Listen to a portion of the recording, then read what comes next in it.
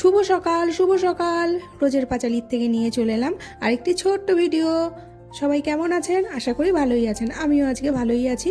আর সকালবেলাটা বেশ সুন্দর একটা রোদ ঝলমলে দিয়ে শুরু হয়েছে। আর ওই আমার বাজার কাছেই, তাই এখন শীতকালীন যা যা সবজি পাওয়া যাবে সবই প্রায় চলেই আসবে।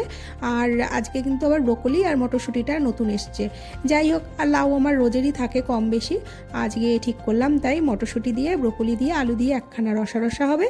আর একটু পেঁপে সেদ্ধ দেবো, কারণ পেঁপেটা খাওয়া খুবই প্রয়োজন।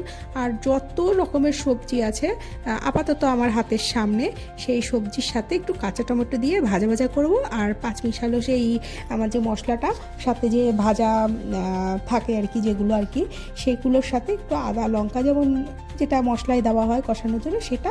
আর ডিম সেদ্ধ করেছিলাম, পরে ভাবলাম কি সেদ্ধ করে লাভ নেই, একবার একটু একটা তরকারিই করে নিই। আর শীতকালীন না এই যে এই সবজিটা। আর হ্যাঁ, ফুলকপি ছিল, ফুলকপিটাকে আগে না ভালো করে একটু সেদ্ধ করে নিয়েছি, তাই ইচ্ছা করে আর কাটিনি। সেদ্ধ করতে গেলে না একদম গলে যাবে, তাই আর কাটিনি, ওটাকে ওইভাবে দিয়েছি। আমি জানি ভাজতে ভাজতে এটার একটা ব্যবস্থা হয়েই যাবে। আর আমাদের যে প্রতিদিনের মশলা থাকে সেই মশলাটার হালকা একটু দিয়ে এটাকে ভালো করে ভাজবো। ভাজলে না বেশ একটা সুন্দর গন্ধও আসে, আর স্বাদটাও ভালো হয়, একটু অন্য রকমের হয়। কিন্তু এর মধ্যে কোনো জল দিইনি, আর তেল যে খুব বেশি দিয়েছি তাও না। কিন্তু এই যে এই সবজিটা আছে না, এটা দিয়ে রুটিও ভালো লাগে, এমনকি ভাতও ভালো লাগে। একটু রেখে দিয়েছি, রাতে রুটির সাথে যদি আমরা খাই। ছেলে খাবে না, ছেলে ব্রোকলি একটা খেতেই জীবন বেরিয়ে যায়, তো আবার অত সবজি খাবে। আর ওই পোকে টোকে মানে ওর বাবা থাকলে খুবই ভালো, তাও একটু আধটু খায়, আমি থাকলে তো মোটেই খাবেই না, মানে খাবেই না। আর ওই আমার লঙ্কা বলতে একটু সেদ্ধ করাই থাকে বা চেরা থাকে, আমরা ভীষণ লঙ্কাটা কম খাই, এই হচ্ছে বিষয়। আর ব্রোকলিগুলোকেও একটুখানি হালকা করে জলে একটু সেদ্ধ টাইপের করেই রেখেছিলাম, দিয়ে ওটাকে সুন্দর করে ভেজে নিয়েছি।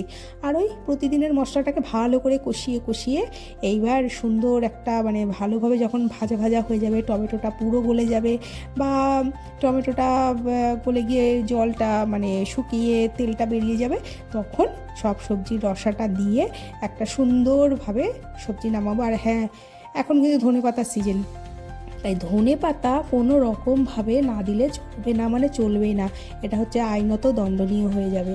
যাই হোক, গল্প করতে করতে আমার রান্নাটা প্রায় অনেকটাই হয়ে গেছে। আজকে সারাদিন আমি কোনো কাজ করিনি, শুধু রান্না করেছি আর খেয়েছি। আজকে সারাটা দিন আমার রান্নাঘরেই কেটে গেছে। আজকে বলতে রোজই কাটে, আর আমি কেন, আমার মতন এরকম অনেক অনেক মহিলাদের এইভাবেই সময় কাটে। রান্নাঘরটাই যেন একখানা জায়গা হয়ে দাঁড়ায়। কতক্ষণ কে ঘরে বসুক বা বাইরে কাজ করুক সেটা না, তবে রান্নাঘরটাই যেন একটা প্রিয় জায়গা হয়ে ওঠে, যেটা আমার এই মুহূর্তের সময় রান্নাঘরটাকেই ভালো লাগে। যাই হোক, এই যে আমি মোটামুটিভাবে জল দিয়ে দিয়েছি, আর এই ধনেপাতা দিয়ে সুন্দর করে এটাকে নামিয়ে দেবো। আর এটাকে নামিয়ে তারপরে ওই ডিমটা করব। আর জানেন, আজকে না ডিমটা যখন রান্না করতে গেছি, ডিমটা তো আগে ভেজে তুলবো, আমি ডিমটা ভাজতেই ভুলে গেছি, কারণ মাথায় তো ডিমটা ছিলই না। যাই হোক, কী আর করা যাবে, সেটা পরে আবার একটুখানি হালকা করে ভেজে নিলাম। আর ডিমের যে ওই আমার যে প্রতিদিনের মশলাটা থাকে, সেই মশলার মধ্যে আজকে একটু মিট মশলা যোগ করেছিলাম, তাহলে বেশ, যেহেতু পেঁয়াজ দিয়ে ভাজা ভাজা হবে, বেশ ভালো লাগবে খেতে। আর ছেলে আজকে ভীষণ ভালো খেয়েছে, ভালো তো হবেই, অত মশলাদার স্পাইসি খাবার ভালো না হয়ে কোথায় যাবে। যাই হোক, এইভাবেই আজকে আমার রান্নাবান্না মোটামুটি হয়ে গেল। আর টুকু প্রতিদিনই দেরি করে আসে, একমাত্র যেদিন আমাদের কাছাকাছি থাকে সেদিনও তাড়াতাড়ি আসে। ও এসে একবার দেখা করে যায়, যতই হোক একবার হলেও দেখা করবে যে দি কেমন আছো। আর ওই যে বললাম না যে ডিমটা আজকে দিতে ভুলে গেছিলাম, তাই ওগুলো ভাজা টাজা হয়ে গেছিলো। তারপরে আবার ডিমটাকে সুন্দর করে ওই আর কি ভাজা যেমন হয় আর কি, যেমন হয়, যাই হোক ওরকম করলাম। করে এইবার এই পেঁয়াজ টমেটো কাঁচা লঙ্কাটাকে ভালো করে কষাবো। আর আজ একটু মিট মশলা দিয়েছিলাম বললামই তো। যাই হোক, এটাকে এই রান্নাটা পুরোটুকু কষানোর উপরেই হবে, পুরো টেস্ট আর গন্ধ। এটা যত কষাবো তত টেস্ট আসবে। আর কষাতে কষাতে যতক্ষণে তেল না ছাড়বে ততক্ষণ বেশ জমবে না। আর আমি কিন্তু সব কিছুতে একটু হলেও চিনি দিই। আর ধনেপাতাটা আজকে শেষে দিইনি, আগে আগে দিয়ে রেখেছিলাম, কারণ চেষ্টা করেছিলাম যে ধনেপাতার গন্ধটা সব কিছুতে ভালো করে ঢুকে যাক। এই হয়ে গেল আজকের মোটামুটিভাবে রান্না বান্না। যাই হোক, আর তারপরে আজকে একটা ভালো করে শীতের যে ভাত ঘুম হয় না খাওয়া দাওয়ার পরে, সেটা দেওয়ার ইচ্ছে আছে, কারণ আজকে আমি বাড়িতে পুরোটা একা। আর ঘুম দেবো যখন বলেছি, একটা ব্যবস্থা তো করতেই হয়, সেটা যেভাবেই হোক। আর ছেলে এই খেয়ে দিয়ে একবার বেরিয়ে যাবে, ওর বাবাও বেরিয়ে যাবে। ছেলে আস্তে আস্তে হয়তো 7:30 8টা বাজবে, ওর বাবা তো রাত্রিবেলা আসবে, ততক্ষণে একটা দারুণ ঘুম হবে। কিন্তু ওই ঘুম তো যেমন তেমন, পরের দিন সকালবেলাটা আমি চালাবো কী করে, মানে আমার রাতে তো আর ঘুম হবে না। কিন্তু কি ওই ভাত ঘুমটার এমন একটা নেশা না, এই ঘুমটা অন্য কোথাও পাওয়া যাবে না। আর দেখেছেন এমনভাবে কষা কষা ডিমের এই কারিটা হয়েছে। তো যাই হোক, আজকে এই রান্না হয়েছে ব্রোকলি দিয়ে, মটরশুঁটি দিয়ে, আর ওই যে ভাজা, আর এই ডিমটা খুব সুন্দর লাগছে দেখতে না। আর এতটুকু পেঁপে সেদ্ধ দিয়েছি, ওর বাবা যেটুকুনি খাবে খাবে, আমি প্রায় পুরোটাই খেয়ে নেবো। আমার পেঁপে সেদ্ধ খেতে খুব ভালো লাগে, আমি কাঁচা কাঁচা পেঁপেও খেয়ে নিই। আমি হলাম সর্বভুক, আমি শুধু মাছ বাদ দিয়ে সবই খেয়ে নিই, এমন কিছু নেই যেটা আমি খেতে পারি না অন্তত পৃথিবীতে। আর এই ভাত ঘুম দেওয়া হয়ে গেল, ছেলেও আসলো, এবার ধীরে সুস্থে একটু রুটির দিকে আসলাম। আর আটাটা মেখে 10 মিনিট রেখে দিয়েছিলাম।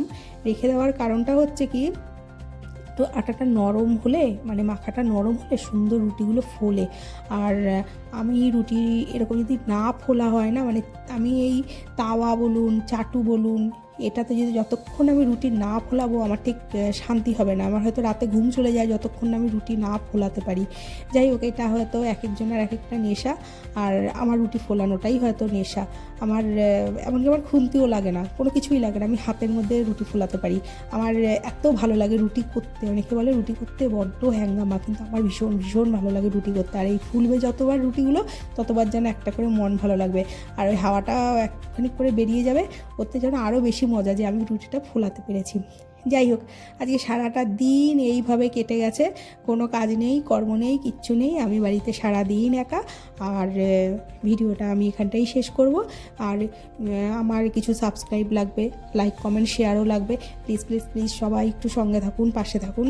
আর দেখা হবে অন্য আরেকটি ভিডিওতে। ততক্ষণ সবাই ভালো থাকবেন, সুস্থ থাকবেন। আর সত্যি বলতে, ভিডিওটি যদি ভালো লাগে প্লিজ একটি লাইক করবেন।